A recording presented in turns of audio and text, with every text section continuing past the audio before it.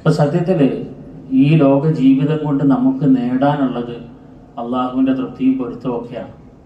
അത് ലഭിക്കാനുള്ള ഏക മാർഗം അള്ളാഹു പറഞ്ഞതുപോലെ ജീവിക്കുക എന്നത് മാത്രമാണ്. അങ്ങനെയുള്ള നല്ലൊരു ജീവിതത്തെക്കുറിച്ച് ചിന്തിക്കുകയും ആ വഴിയിലൂടെ നമ്മുടെ ജീവിതത്തെ മുന്നോട്ട് കൊണ്ടുപോവുകയും ചെയ്യേണ്ടുന്ന അതിപ്രധാനമായ സന്ദർഭമാണ്. എപ്പോഴും അങ്ങനെ തന്നെയാണ്. പക്ഷേ റമദാൻ എന്ന് പറയുന്ന സവിശേഷമായ ഒരു അവസരം നമുക്ക് കിട്ടുമ്പോൾ അതിന് നമ്മൾ മനസ്സുകൊണ്ട് നേരത്തെ തന്നെ പാകപ്പെടേണ്ടതുണ്ട്. നമ്മുടെ പൂർവികരായ മഹത്തുക്കളെല്ലാം ചെയ്തത് അതാണ്. അവര് ഈ ലോക ജീവിതത്തിൽ അമലു സാലിഹാത്തിന്റെ വില മനസ്സിലാക്കിയവരാണ്. നല്ല കർമ്മങ്ങളുടെ വില എന്താണെന്ന് കൃത്യമായി മനസ്സിലാക്കുകയും അത് ഒന്നുപോലും വിട്ടുപോകാതെ കൃത്യമായി ജീവിതത്തിൽ പാലിക്കുകയും ചെയ്തവരാണ്. അതുകൊണ്ടാണ് അവരെല്ലാവരും മഹാന്മാരായി മാറിയത്. അതിൻ്റെ അപ്പുറത്തേക്ക് വരുന്ന നഷ്ടങ്ങളെല്ലാം അവര് ഒരു വിലയും കാണാതെ കൈയൊഴിച്ചു. ഒരു നല്ല കാര്യം ചെയ്യുന്നതിന്റെ പേരിൽ എന്തെങ്കിലും ലൗകികമായ നഷ്ടങ്ങൾ വരുന്നുണ്ടെങ്കിൽ ആ നഷ്ടങ്ങളെ മുഴുവൻ അവര് കൈയൊഴിച്ചു. ആ നഷ്ടമായി അവർ കണ്ടില്ല. മഹാനായ അബൂദർ റളിയല്ലാഹു അൻഹുവിനോട് ഒരു മനുഷ്യൻ ചോദിക്കുന്നുണ്ട്. അബൂദർ റളിയല്ലാഹു അൻഹുവിന്റെ വീടിന്റെ അവസ്ഥ കണ്ടപ്പോൾ, അബൂദർ റളിയല്ലാഹുവിന്റെ വീട്ട് ഉപകരണങ്ങളൊന്നും കാര്യമായിട്ടില്ല.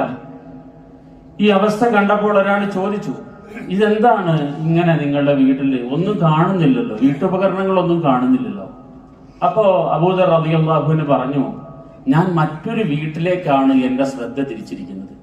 ആ വീട്ടിലേക്ക് എന്തെല്ലാം സ്വരുക്കൂട്ടാൻ പറ്റുമോ അതിനെക്കുറിച്ചാണ് ഞാൻ ആലോചിക്കുന്നത്. ഈ ലോകത്ത് ഒരുപാട് സ്വരുക്കൂട്ടുന്നതിനെ കുറിച്ചുള്ള ആലോചന എനിക്കില്ലാത്തത് കൊണ്ടാണ് എൻ്റെ വീട്ടിൽ ഒരുപാട് വിഭവങ്ങളൊന്നും നിങ്ങൾ കാണാത്തത് എന്ന് പറഞ്ഞു. അപ്പോൾ മറ്റേ മനുഷ്യൻ ചോദിക്കുകയാണ്, എന്നാലും ഈ ലോകത്ത് ജീവിക്കാൻ എന്തെങ്കിലുമൊക്കെ വേണ്ടേ? അത് പറയുമ്പോഴും അബൂദർ റളിയല്ലാഹു തിരിച്ചു പറഞ്ഞ മറുപടി ഇങ്ങനെയാണ്, ഈ ലോകത്തിന്റെ ഒരു ഉടമയുണ്ട്. ഈ ലോകത്തെ വീടുകൾക്കെല്ലാം ഒരു ഉടമയുണ്ട്, യഥാർത്ഥ ഉടമ. ഈ വീട് ഞാൻ നന്നായി പണിത് ഉയർത്തി സൗകര്യങ്ങളെല്ലാം നിറച്ചു വെച്ച് കഴിയുമ്പോൾ ഏതെങ്കിലും ഒന്ന് സംഭവിക്കും. ഒന്നുകിൽ എന്റെ ജീവിതകാലത്ത് തന്നെ ആ വീട് ഉപയോഗശൂന്യമാകും, അല്ലെങ്കിൽ ആ വീട് നല്ല നിലയിൽ പണിതുയർത്തി നിൽക്കുമ്പോൾ ഞാൻ ഈ ലോകത്തുനിന്ന് പോകേണ്ടി വരും. ഒന്ന് സംഭവിക്കുമെന്നുള്ള കാര്യം എനിക്ക് ഉറപ്പാണ്. അതുകൊണ്ട് ഈ ലോകത്ത് ഞാൻ ഒരുപാട് സമ്പാദിക്കാൻ ആഗ്രഹിക്കുന്നില്ല. യഥാർത്ഥമായ ഒരു വീടുണ്ട്, ആ വീട്ടിലേക്കാണ് എന്റെ ശ്രദ്ധ എന്ന് മഹാനായ അബൂദർ റളിയല്ലാഹു അൻഹു പറഞ്ഞതായി കാണാം. ഒരു മഹാനോട് ചോദിക്കുന്നുണ്ട്, എന്താണ് നിങ്ങളുടെ വിശേഷങ്ങൾ? നമ്മൾ സാധാരണ വർത്തമാനങ്ങൾ ചോദിക്കുന്നത് പോലെ എന്താണ് വിശേഷങ്ങൾ എന്ന് ചോദിക്കുമ്പോൾ അദ്ദേഹം പറഞ്ഞത്, ഓരോ ദിവസവും പരലോകത്തേക്ക് അടുത്തുകൊണ്ടിരിക്കുന്ന എനിക്ക് എന്താണ് പ്രത്യേകിച്ച് പറയാൻ വിശേഷങ്ങൾ? അങ്ങനെ പറയപ്പെട്ട വിശേഷങ്ങളൊന്നും എൻ്റെ ജീവിതത്തിൽ ഇല്ല എന്ന് ആ മനുഷ്യൻ മറുപടി. അപ്പോ കൃത്യമായി പരലോകത്തെ മുന്നിൽ കാണുന്ന, അതിനെ മുന്നിൽ കണ്ടുകൊണ്ട് ജീവിക്കുന്ന ഒരു സമൂഹമാണ് അവർ. അതുകൊണ്ടാണ് അവര് ഏറ്റവും വലിയ മഹത്വത്തിന്റെ ഉടമകളായി മാറിയത്. മഹാനായ ഫുളൈൽ ഇബ്നു ഇയാദ് റഹിമഹുല്ല ഒരാളോട് ചോദിക്കുന്നുണ്ട്, എത്ര വയസ്സായി നിങ്ങൾക്ക്? അപ്പൊ അദ്ദേഹം പറഞ്ഞു, 60 വയസ്സായി എന്ന് പറഞ്ഞപ്പോൾ ഇദ്ദേഹം പറഞ്ഞു, ഫുളൈൽ ഇബ്നു ഇയാദ് റഹിമഹുല്ല പറഞ്ഞു, നിങ്ങൾ 60 കൊല്ലം പരലോകത്തിലേക്ക് അടുത്തു കഴിഞ്ഞിരിക്കുന്നു എന്ന് പറയുമ്പോൾ അദ്ദേഹം പറഞ്ഞു, ഇന്നാ ലില്ലാഹി വ ഇന്നാ ഇലൈഹി റാജിഊൻ എന്ന് അദ്ദേഹം മറുപടി പറഞ്ഞു. അപ്പൊ ഫുളൈൽ ഇബ്നു ഇയാദ് ചോദിച്ചു, എന്താണ് നിങ്ങൾ പറഞ്ഞ വാക്കിന്റെ അർത്ഥം എന്ന് മനസ്സിലായോ? ഇന്നാ ലില്ലാഹി വ ഇന്നാ ഇലൈഹി റാജിഊൻ നിങ്ങൾ പറയുന്നുണ്ടല്ലോ, എന്താണ് അതിന്റെ അർത്ഥം? അത് ചോദിക്കുമ്പോ ഫുളൈൽ ഇബ്നു ഇയാദ് റഹിമഹുല്ലായോട് അദ്ദേഹം പറയുന്ന മറുപടി ഇങ്ങനെയാണ്, ഞാൻ അള്ളാഹുവിന്റെ അടിമയാണ് എന്നാണ് അതിന്റെ അർത്ഥം. എന്റെ ഈ ലോക ജീവിതം അവസാനിപ്പിച്ചാൽ ഞാൻ മടങ്ങി ചെല്ലേണ്ടത് അള്ളാഹുവിലേക്കാണ് എന്നാണ്, ഇതാണ് ആ വാക്കിന്റെ അർത്ഥം എന്ന് പറയുമ്പോ മഹാനായ ഫുളൈൽ ഇബ്നു ഇയാദ് റഹിമഹുല്ല പറഞ്ഞ വളരെ അർത്ഥവത്തായ ഒരു മറുപടി ഉണ്ട്. അദ്ദേഹത്തിന്റെ ശ്രദ്ധയെ തിരിച്ചത് പരലോകത്തേക്കാണ്. ഫുളൈൽ ഇബ്നു ഇയാദ് റഹിമഹുല്ല പറഞ്ഞു, അള്ളാഹിന്റെ അടിമയാണെന്ന് നിങ്ങൾ തിരിച്ചറിഞ്ഞല്ലോ, ആ തിരിച്ചറിവിന്റെ ഫലമായിട്ട് നിങ്ങൾക്ക് ഉണ്ടാകേണ്ടുന്ന മറ്റൊരു ബോധമുണ്ട്, അത് റബ്ബിന്റെ മുമ്പിൽ നിൽക്കേണ്ടി വരുമെന്നുള്ള തിരിച്ചറിവാണ്. ഞാൻ അള്ളാഹുവിന്റെ അടിമയാണെന്ന് പറഞ്ഞാൽ അതിന്റെ അർത്ഥം ഞാൻ എന്റെ ഈ ജീവിതത്തിലെ മുഴുവൻ കർമ്മങ്ങളുമായി അള്ളാഹുവിന്റെ മുമ്പിൽ പോയി നിൽക്കേണ്ടി വരുമെന്നാണ് അതിന്റെ അർത്ഥം. അള്ളാഹിന്റെ മുമ്പിൽ ഞാൻ നിൽക്കേണ്ടി വരുമെന്ന് പറഞ്ഞാൽ അതിന് വേറൊരു അർത്ഥമുണ്ട്. അതെന്താണോ നിങ്ങൾക്ക് മനസ്സിലായോ? അപ്പോൾ അദ്ദേഹം പറഞ്ഞു, എനിക്ക് മനസ്സിലായില്ല. അദ്ദേഹം പറയുകയാണ്, അള്ളാന്റെ മുമ്പിൽ പോയി നിൽക്കേണ്ടി വരുമെന്ന് പറഞ്ഞാൽ അതിന്റെ അർത്ഥം നമ്മുടെ ജീവിതത്തിന്റെ മുഴുവൻ കണക്കും അള്ളാഹു ചോദിക്കുമെന്നാണ്. അങ്ങനെയാണ് ആ വാക്കിന്റെ അർത്ഥം എന്ന് പറയാണ്. അപ്പോ ഫുളൈൽ ഇയാദ് റഹിമഹുല്ല പറയുകയാണ്, അള്ളാഹുവിന്റെ മുമ്പിൽ എന്റെ ജീവിതത്തിന്റെ കണക്ക് പറയേണ്ടി വരും എന്ന് പറഞ്ഞാൽ ആ വാക്കിനും ഒരു അർത്ഥമുണ്ടല്ലോ, അതെന്താണോ നിങ്ങൾക്ക് മനസ്സിലായോ? അപ്പോൾ അദ്ദേഹം പറഞ്ഞു, അതും എനിക്ക് മനസ്സിലായില്ല. ആ ചോദ്യങ്ങൾക്ക് ഞാൻ എന്റെ ജീവിതം കൊണ്ട് ഉത്തരം കാണണമെന്നാണ് അതിന്റെ അർത്ഥം. അപ്പോൾ അള്ളാന്റെ അടിമയാണെന്ന് പറഞ്ഞാൽ അതിന്റെ അർത്ഥം റബ്ബിന്റെ മുമ്പിൽ എന്റെ എല്ലാ കർമ്മങ്ങളുമായി ഞാൻ തിരിച്ചു പോകണമെന്നാണ്. അങ്ങനെ പോകേണ്ടി വരിക എന്ന് പറഞ്ഞാൽ അതിന്റെ അർത്ഥം എന്റെ കർമ്മങ്ങളെ കുറിച്ചെല്ലാം അള്ളാഹു ചോദിക്കുമെന്നാണ്. ആ വാക്കിന് മറ്റൊരർത്ഥം എന്നോടുള്ള ചോദ്യങ്ങൾക്കെല്ലാം ഞാൻ മറുപടി പറയണമെന്നാണ്. അപ്പോ ഈ മനുഷ്യൻ ചോദിക്കുകയാണ്, എന്താണ് ആ മറുപടി? എളുപ്പത്തിൽ പറയാൻ കഴിയുന്ന മറുപടി എന്താണ്? ഫുളൈൽ ഇബ്നു ഇയാദ് റഹിമഹുല്ല പറഞ്ഞു, വളരെ എളുപ്പമാണ് കാര്യങ്ങൾ. ഇനിയുള്ള ജീവിതം നന്നാക്കിയാൽ മതി. നിങ്ങളുടെ ഇനിയുള്ള ജീവിതം നന്നാക്കിയാൽ അള്ളാഹു തആല നിങ്ങളുടെ കഴിഞ്ഞകാല ജീവിതം അടക്കം നിങ്ങൾക്ക് മാപ്പാക്കി തരും. കഴിഞ്ഞതുപോലെ തന്നെ നിങ്ങൾ ഇനിയും തുടർന്ന് ജീവിക്കുകയാണെങ്കിൽ കഴിഞ്ഞ കാലത്തിൽ നിങ്ങൾ കണക്ക് പറയേണ്ടി വരും, വരാനിരിക്കുന്ന കാലത്തിന്റെ മുഴുവൻ കണക്ക് നിങ്ങൾ പറയേണ്ടി വരും. അതുകൊണ്ട് കാര്യം വളരെ എളുപ്പമാണ്. അള്ളാഹുവിന്റെ മുമ്പിൽ നിൽക്കേണ്ടി വരുമെന്നും എന്റെ ജീവിതത്തിന്റെ മുഴുവൻ കണക്കുകൾ ഞാൻ അള്ളാഹുവിന് കൊടുക്കേണ്ടി വരും എന്നുള്ള തിരിച്ചറിവുണ്ടായാൽ നാം ഇന്നു മുതൽ എന്റെ ജീവിതം നേരെയാക്കുക എന്നുള്ളതാണ്. ഇന്നു മുതൽ എന്റെ ജീവിതത്തെ ഞാൻ നേരെയാക്കിയാൽ കഴിഞ്ഞകാല ജീവിതത്തെ മുഴുവൻ അല്ലാഹു തആല നമുക്ക് അതിൽ സംഭവിച്ചു പോയ പാകപ്പിഴവുകൾ മാപ്പാക്കി തരികയും തുടർന്നുള്ള നമ്മുടെ ജീവിതം ഏറ്റവും നന്നാവുകയും ചെയ്യും.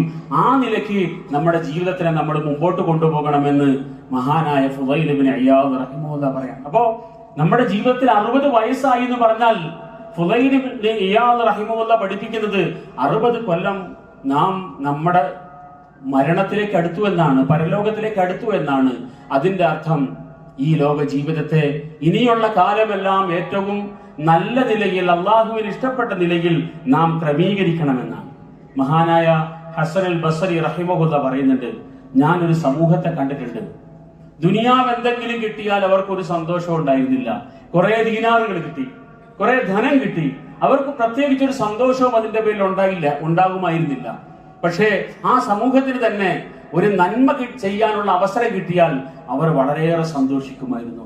അങ്ങനെയുള്ള ഒരു സമൂഹത്തെ ഞാൻ കണ്ടിട്ടുണ്ട് എന്ന് മഹാനായ ഹസൻ അൽ ബസരി റഹിമഹുല്ലാ പറയുകയാണ്. മഹാനായ അഹ്മദ് ബിൻ ഹംബൽ റഹിമഹുല്ലാ ഉദ്ധരിക്കുന്നുണ്ട് ചില താബിഈങ്ങളിൽ നിന്നും, അദ്റക്തു അഖ്വാമൻ, ഞാൻ ഒരു സമൂഹത്തെ കണ്ടിട്ടുണ്ട്, ഞാൻ അവരോടൊപ്പം സഹവസിച്ചിട്ടുമുണ്ട്. ദുനിയാവിന്റെ പേരിൽ അവർ സന്തോഷിച്ചിരുന്നില്ല. ദുനിയാവിന്റെ എന്തെങ്കിലും വസ്തുക്കൾ കിട്ടിയാൽ ഈ മണ്ണ് പോലെ അവർ നിസ്സാരമായതിനെ കണ്ടിരുന്നു. ഒരാളുടെ കയ്യിൽ കുറച്ച് മണ്ണ് വാരി കയ്യിൽ കൊടുത്താൽ എന്താണോ അവരതിന് വില വെക്കുന്നത് അത്ര വിലയെ അവർ ഈ ദീനാറിനും ദിർഹമിനും കണ്ടിരുന്നുള്ളൂ. അവർ ലോകത്ത് വർഷങ്ങൾ ജീവിച്ചിട്ടുണ്ട്. ആ ജീവിതകാലം മുഴുവൻ അവർ അങ്ങനെ തന്നെയാണ് ഈ ലോകത്തിനെ കണ്ടത്. പക്ഷേ അവരുടെ പകലുകൾ ഇങ്ങനെ ആയിരുന്നെങ്കിൽ അവർ രാത്രി സമയമായി കഴിഞ്ഞാൽ എഴുന്നേൽക്കുമായിരുന്നു, നമസ്കരിക്കുമായിരുന്നു, ഈ ഭൂമിയോട് നെറ്റി ചേർത്ത് വെക്കുമായിരുന്നു, അവരുടെ കണ്ണിൽ നിന്നും കണ്ണുനീർ ഒഴുകുമായിരുന്നു. ഇങ്ങനെയുള്ള ഒരു സമൂഹം എന്ന് വെച്ചാൽ ലൗകികമായ വസ്തുക്കൾ കിട്ടുമ്പോൾ പ്രത്യേകിച്ച് സന്തോഷമൊന്നും ഉണ്ടാകാത്തൊരു സമൂഹം. പക്ഷേ രാത്രിയായി കഴിഞ്ഞാൽ എഴുന്നേറ്റ് നിൽക്കുന്നവർ, റബ്ബിന്റെ മുമ്പിൽ സുജൂദിൽ കിടക്കുന്നവർ, കണ്ണ് നിറഞ്ഞൊഴുകുന്നവർ, ഇങ്ങനെയുള്ള ഒരു സമൂഹത്താണ് സഹാബി സമൂഹം. ഞാൻ അങ്ങനെയുള്ളവരെ കണ്ടിട്ടുണ്ട് എന്ന് മഹാനായ ഹസൻ അൽ ബസരി റഹിമഹുല്ലാ പറഞ്ഞതായി ഉദ്ധരിക്കാം. ഇങ്ങനെ പൂർവികരായ മഹത്തുക്കളിലൂടെ നമ്മളൊന്ന് അന്വേഷിച്ച് നോക്കുമ്പോൾ അവര് മഹാന്മാരായത് ഇങ്ങനെയാണ്. അലി ഇബ്നു അബീ ത്വാലിബ് റളിയല്ലാഹു അൻഹുവിനെ സംബന്ധിച്ച് വളരെ വിശദമായ ഒരു വിശദീകരണം നമുക്കിങ്ങനെ കാണാം. അതിന്റെ അവസാന ഭാഗം ഇങ്ങനെയാണ്.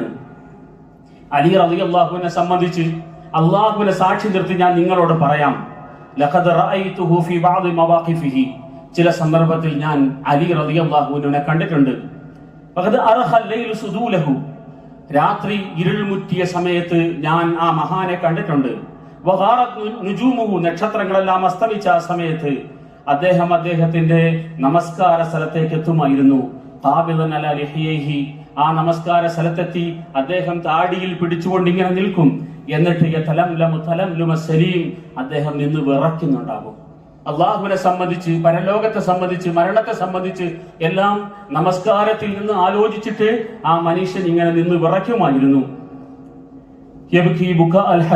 അദ്ദേഹം ദീർഘമായി കരയുമായിരുന്നു രാത്രികാലമായി കഴിഞ്ഞാൽ. അദ്ദേഹത്തിന്റെ വാക്കുകൾ ഞാൻ ഇപ്പോഴും കേൾക്കുന്നത് പോലെ എനിക്ക് തോന്നുകയാണ്. അദ്ദേഹം ഇങ്ങനെ പറയും, രാത്രി ഇരുളടഞ്ഞു കഴിയുമ്പോൾ ഒറ്റയ്ക്ക് എഴുന്നേറ്റ് നിന്ന് അദ്ദേഹം ഇങ്ങനെ ആരോടോ എന്നില്ലാതെ സംസാരിക്കുകയാണ്, സ്വന്തത്തോട് സംസാരിക്കുകയാണ്, ഈ ലോകത്തിനോട് മുഴുവൻ സംസാരിക്കുകയാണ്. യാ ദുനിയാ, ഈ ലൗകിക വസ്തുക്കളെ, ലൗകിക വിഭവങ്ങളെ, ലൗകികമായ സന്തോഷങ്ങളെ, സൗഭാഗ്യങ്ങളെ ഞാൻ നിങ്ങളെ ഒഴിവാക്കുകയാണ്. നിങ്ങൾ എന്നോട്, എന്റെ മുമ്പിൽ നിങ്ങളുടെ സൗന്ദര്യം പ്രകടിപ്പിക്കേണ്ട. ലൗകികമായ ഈ ലോകത്തിന്റെ സൗന്ദര്യങ്ങളോട് അദ്ദേഹം സംസാരിക്കുകയാണ്. നിങ്ങളുടെ ലോക സൗന്ദര്യമൊന്നും എന്റെ മുമ്പിൽ പ്രകടിപ്പിക്കണ്ട. അബി താറൽത്തി, നിങ്ങൾ എന്റെ മുമ്പിലാണോ നിങ്ങളുടെ സൗന്ദര്യം കാണിക്കുന്നത്? നിങ്ങൾ എന്നെയാണോ നിങ്ങളോട് ആഗ്രഹമുള്ളവരാക്കി മാറ്റാൻ വേണ്ടി ശ്രമിക്കുന്നത്? ഹൈഹാത്ത ഹൈഹാത്ത, നിങ്ങളുടെ ലക്ഷ്യം ഒരിക്കലും നടക്കാൻ പോകുന്നില്ല. ഈ ലോകത്തേക്ക്, ലോകത്തിന്റെ വസ്തുക്കളിലേക്ക് തിരിയാൻ എനിക്ക് താല്പര്യമേ ഇല്ല. ഒരു ഗൈരി, ഞാനല്ലാത്ത വേറെ ആരെങ്കിലും നിങ്ങൾ നോക്കിക്കോളി എന്ന് അലി റളിയല്ലാഹു അൻഹു പറയുകയാണ്. ഞാൻ നിന്നെ പൂർണ്ണമായും കൈയൊഴിഞ്ഞിരിക്കുകയാണ് എന്ന് പറഞ്ഞ് രാത്രി കാലങ്ങളിൽ അള്ളാഹുവിനെ സംബന്ധിച്ച്, പരലോകത്തെ സംബന്ധിച്ച് ഓർത്ത് ദീർഘമായി കരഞ്ഞിരുന്ന, ഈ ലൗകിക ജീവിതത്തോട് പാടെ വിട പറഞ്ഞിരുന്ന ഒരു ചരിത്രം മഹാനായ അലി റളിയല്ലാഹു അൻഹുവിൻ്റെതായിട്ട് നമുക്ക് കാണാൻ കഴിയും. ഇങ്ങനെ ദീർഘമായ സംഭവങ്ങൾ നമുക്ക് കാണാം. മഹാനായ അനസ് ബിൻ മാലിക് റളിയല്ലാഹു അൻഹു പറയുന്നുണ്ട്, എന്റെ ഉപ്പയുടെ സഹോദരൻ അനസ് ബിൻ നദർ, അദ്ദേഹം എന്റെ ഉമ്മയുടെ സഹോദരൻ ഹറാം ബിൻ മിൽഹാൻ, അദ്ദേഹം നന്നായി ഖുർആൻ പാരായണം ചെയ്യുന്ന വ്യക്തിയായിരുന്നു. ഒരിക്കൽ ഒരു സംഘം റസൂലുള്ളാഹി സ്വല്ലല്ലാഹു അലൈഹി വസല്ലം തങ്ങളുടെ അടുക്കൽ വന്നിട്ട്, ഞങ്ങളുടെ നാട്ടിലേക്ക് കുറച്ച് ആൾക്കാരെ അയച്ചു തരണം, അവിടെ ഉള്ളവർക്ക് ഖുർആൻ പഠിപ്പിക്കാൻ, ഞങ്ങളുടെ നാട്ടുകാർക്ക് ഖുർആൻ പഠിപ്പിക്കാൻ അറിയാവുന്ന, ഖുർആൻ ഓതാൻ അറിയാവുന്ന കുറച്ചു പേരെ അയച്ചു തരണമെന്ന് ആവശ്യപ്പെട്ടു. റസൂലുള്ളാഹി സ്വല്ലല്ലാഹു അലൈഹി വസല്ലം തങ്ങൾ കുറച്ചു പേരെ അങ്ങോട്ട് അയച്ചു കൊടുത്തു. അവരൊക്കെ അസ്ഹാബു സുഫ, നബി സല്ലല്ലാഹു അലൈഹി വസല്ലം തങ്ങളുടെ മദീന മുനവ്വറയുടെ തിണ്ണയിൽ ഇരുന്ന് ഖുർആൻ ഓതി പഠിച്ചവരാണ് റസൂലുള്ളാഹി സ്വല്ലല്ലാഹു അലൈഹി വസല്ലമയിൽ നിന്നും. നബി സല്ലല്ലാഹു അലൈഹി വസല്ലം അവരെ ഈ നാട്ടിലേക്ക് പറഞ്ഞയച്ചു. അങ്ങനെ പോകുന്ന വഴിയിൽ വെച്ച് ഈ വിളിച്ചുകൊണ്ട് പോയ സമൂഹം ഇവരെ ചതിച്ചു, ഇവർക്കെതിരെ ആയുധമെടുത്തു. ഒരു യുദ്ധത്തിന്റെ സാഹചര്യം ഉണ്ടായി. ആ സന്ദർഭത്തിൽ നടന്ന ഒരു സംഭവം അനസ് ബിൻ മാലിക് റളിയല്ലാഹു അൻഹു പറയാണ്, എന്റെ ഉമ്മയുടെ സഹോദരനായ ഹറാം ബിൻ മിൽഹാനെ ഒരു മനുഷ്യൻ പുറകിൽ നിന്ന് കുത്തി. അദ്ദേഹത്തിന്റെ ശരീരത്തിലേക്ക് ശത്രുവിന്റെ കഠാര ആഴ്ന്നിറങ്ങുമ്പോൾ അദ്ദേഹം പറഞ്ഞൊരു വാക്കുണ്ട്, ഫുസ്ദു വറബ്ബിൽ കഅബ, ഫുസ്ദു വറബ്ബിൽ കഅബ, ഞാൻ വിജയിച്ചു, ലോകത്തിന്റെ സൃഷ്ടാവായ കഅബയുടെ പരിപാലകനായ റബ്ബിനെ തന്നെ സത്യം, ഞാൻ വിജയിച്ചു എന്ന് ഒരു സഹാബി പറയുകയാണ്. എപ്പോഴാണ്? മരണപ്പെടുമ്പോ, ശത്രുവിന്റെ ആയുധം കൊണ്ട് ഷഹാദത്ത് വരിക്കുന്ന സമയത്ത് ഞാൻ വിജയിച്ചു എന്ന് പറയുന്ന ഒരു സമൂഹം. എന്താണ് ആ വിജയം? ഈ ഹറാം ബിൻ മിൽഹാൻ റളിയല്ലാഹു അൻഹുവിനെ ആക്രമിച്ച, ഉപദ്രവിച്ച, അദ്ദേഹത്തിന്റെ മേലെ നേരെ ആയുധം ഉപയോഗിച്ച ജബ്ബാർ ബിൻ സലമ പിൽക്കാലത്ത് മുസ്ലിമായി. അദ്ദേഹം പറയുന്നുണ്ട്, ഞാൻ ഒരു മനുഷ്യന്റെ ശരീരത്തിലേക്ക് ആയുധം കുത്തിയിറക്കുമ്പോ ആ മനുഷ്യൻ പറയുന്നത് ഞാൻ വിജയിച്ചു എന്നാണ്. ഇതെന്തൊരു വിജയമാണ്, ഇതെന്തൊരു വിജയമാണ്! ലോകത്ത് നമ്മൾ പരിചയിച്ചിട്ടില്ലാത്ത വിജയം, അത്ഭുതകരമായ ഒരു വിജയം. ഒരു മനുഷ്യൻ മരണപ്പെടുമ്പോൾ വിജയിച്ചു എന്ന് പറയണമെങ്കിൽ ആ വിജയം എന്തായിരുന്നു എന്നുള്ള അന്വേഷണത്തിലാണ് ഞാൻ ഇസ്ലാമിലേക്ക് വന്നത് എന്ന് മഹാനായ ജബ്ബാർ ബിൻ സലമ റളിയല്ലാഹു അൻഹു പറയാണ്. ഇങ്ങനെ വിജയം എന്ന് പറയുന്നത് പരലോക വിജയമാണ് എന്ന് മനസ്സിലാക്കിയ ഒരു സമൂഹം. അതുകൊണ്ട് തന്നെ അവർ ഈ ലോകത്തിലെ വസ്തുക്കളെക്കാൾ പരലോക വിജയത്തിന് പ്രാധാന്യം കൊടുത്തു, അമലു സാലിഹാത്തിന് പ്രാധാന്യം കൊടുത്തു. എത്രത്തോളം സൽക്കർമ്മങ്ങൾ ചെയ്യാൻ കഴിയുമോ, സൽക്കർമ്മങ്ങളാണ് നമ്മെ ജീവിപ്പിക്കുന്നത് എന്നവർ തിരിച്ചറിഞ്ഞു. ലൗകികമായ വിഭവങ്ങളുടെ സമാഹരണം ആവശ്യമാണ് ഈ ലോകത്ത്, പക്ഷേ അതിനേക്കാൾ പ്രാധാന്യം സഹാബി സമൂഹത്തെ സംബന്ധിച്ച് മഹത്തുക്കൾ പറയുന്നുണ്ട്, നിങ്ങൾ ലൗകികമായ വസ്തുക്കള് സമ്പാദിച്ചതിന് ശേഷം കിട്ടുന്ന ബാക്കി സമയത്ത് തസ്ബീഹ് എടുക്കുന്നവരാണ്, അല്ലെങ്കിൽ അമലുകൾ ചെയ്യുന്നവരാണ്. പക്ഷെ ആ സമൂഹം അങ്ങനെ ആയിരുന്നില്ല. അവർ ആഖിറത്തിന് വേണ്ടി അമൽ ചെയ്യുന്നവരായിരുന്നു. ആഖിറത്തിന് വേണ്ടിയുള്ള അമലുകൾ ചെയ്ത് അവസാനം കിട്ടുന്ന ഒഴിവ് സമയങ്ങളിലാണ് അവർ ദുനിയാവിന് വേണ്ടി പണിയെടുത്തത്. അങ്ങനെ കാഴ്ചപ്പാടിന്റെ വിഷയത്തിൽ വളരെ വ്യക്തമായ വ്യത്യാസം നിങ്ങളും സഹാബി സമൂഹങ്ങളും തമ്മിലുണ്ട് എന്ന് മഹത്തുക്കൾ പറഞ്ഞത് അതുകൊണ്ടാണ്. ഒരിക്കൽ റസൂലുള്ളാഹി സ്വല്ലല്ലാഹു അലൈഹി വസല്ലം തങ്ങൾ സഹാബാക്കളോട് പറഞ്ഞു, സ്വർഗ്ഗത്തിന് 8 വാതിലുകളാണ്. അപ്പോൾ മഹാനായ അബൂബക്കർ സിദ്ദീഖ് റളിയല്ലാഹു അൻഹു പറയുകയാണ്, നബിയെ, ആ 8 വാതിലുകളിലൂടെയും സ്വർഗത്തിലേക്ക് ക്ഷണിക്കപ്പെടുന്ന ആരെങ്കിലും ഉണ്ടാകുമോ എന്ന്. അപ്പോൾ റസൂലുള്ളാഹി സ്വല്ലല്ലാഹു അലൈഹി വസല്ലം തങ്ങൾ പറഞ്ഞു, അർജു അൻ തകൂന മിൻ, നീ അവരിൽപ്പെട്ട ഒരാളായിരിക്കുമെന്നാണ് അബൂബക്കറെ നിന്നെക്കുറിച്ചുള്ള എന്റെ പ്രതീക്ഷ എന്ന് മഹാനായ അബൂബക്കർ സിദ്ദീഖ് റളിയല്ലാഹു അൻഹുവിനോട് നബി സല്ലല്ലാഹു അലൈഹി വസല്ലം പറഞ്ഞു. അതാണ് ആ സമൂഹത്തിന്റെ പ്രത്യേകത. നബി സല്ലല്ലാഹു അലൈഹി വസല്ലം ഇന്ന് ആരുണ്ട് ഒരു ജനാസയെ അനുഗമിച്ചെന്ന് ചോദിക്കുമ്പോൾ ഞാനുണ്ട് എന്ന് പറയുന്ന അബൂബക്കർ റളിയല്ലാഹു അൻഹു. ഇന്ന് ആരുണ്ട് ഒരു രോഗിയെ സന്ദർശിച്ചെന്ന് ചോദിക്കുമ്പോൾ ഞാനുണ്ട് എന്ന് പറയുന്ന അബൂബക്കർ റളിയല്ലാഹു അൻഹു. ഇന്ന് ആരുണ്ട് ഒരു സാധുവിന് ആഹാരം കൊടുത്തതെന്ന് ചോദിക്കുമ്പോൾ അതിനും ഞാനുണ്ട് എന്ന് പറയുന്ന, ഏത് നന്മകൾ ചെയ്ത ആരുണ്ട് എന്ന് ചോദിക്കുമ്പോൾ ഞാനുണ്ട് എന്ന് പറയാനും മാത്രം പാകപ്പെട്ട നിലയിൽ നന്മകൾ തേടി പിടിച്ച് കണ്ടെത്തുക, അതാണ് സഹാബി സമൂഹത്തെ മഹാന്മാരാക്കി മാറ്റിയത്. ഈ സന്ദർഭത്തിൽ എപ്പോഴും നാം തിരിച്ചറിയേണ്ടുന്ന ഒരു കാര്യം, അമലു സാലിഹാത്താണ് റബ്ബിന്റെ അടുക്കൽ എത്താൻ നമ്മെ പാകപ്പെടുത്തുന്നത്. അത് പ്രത്യേകമായി തിരിച്ചറിയുകയും അതിനനുസരിച്ച് നമ്മുടെ ജീവിതത്തെ പാകപ്പെടുത്തുകയും ചെയ്യേണ്ടുന്ന ഒരു സന്ദർഭമാണ് റമദാൻ അടുത്തു വരുന്ന ഈ സമയം. അല്ലാഹു സുബ്ഹാനഹു വ തആല യഥാവിധി ചിന്തിക്കുവാനും പ്രവർത്തിക്കാനും നമുക്കെല്ലാവർക്കും തൗഫീഖ് ചെയ്യട്ടെ. വ ആഖിറു ദഅവാനാ അൽഹംദുലില്ലാഹി റബ്ബിൽ ആലമീൻ. അസ്സലാമു അലൈക്കും വറഹ്മത്തുള്ളാഹി.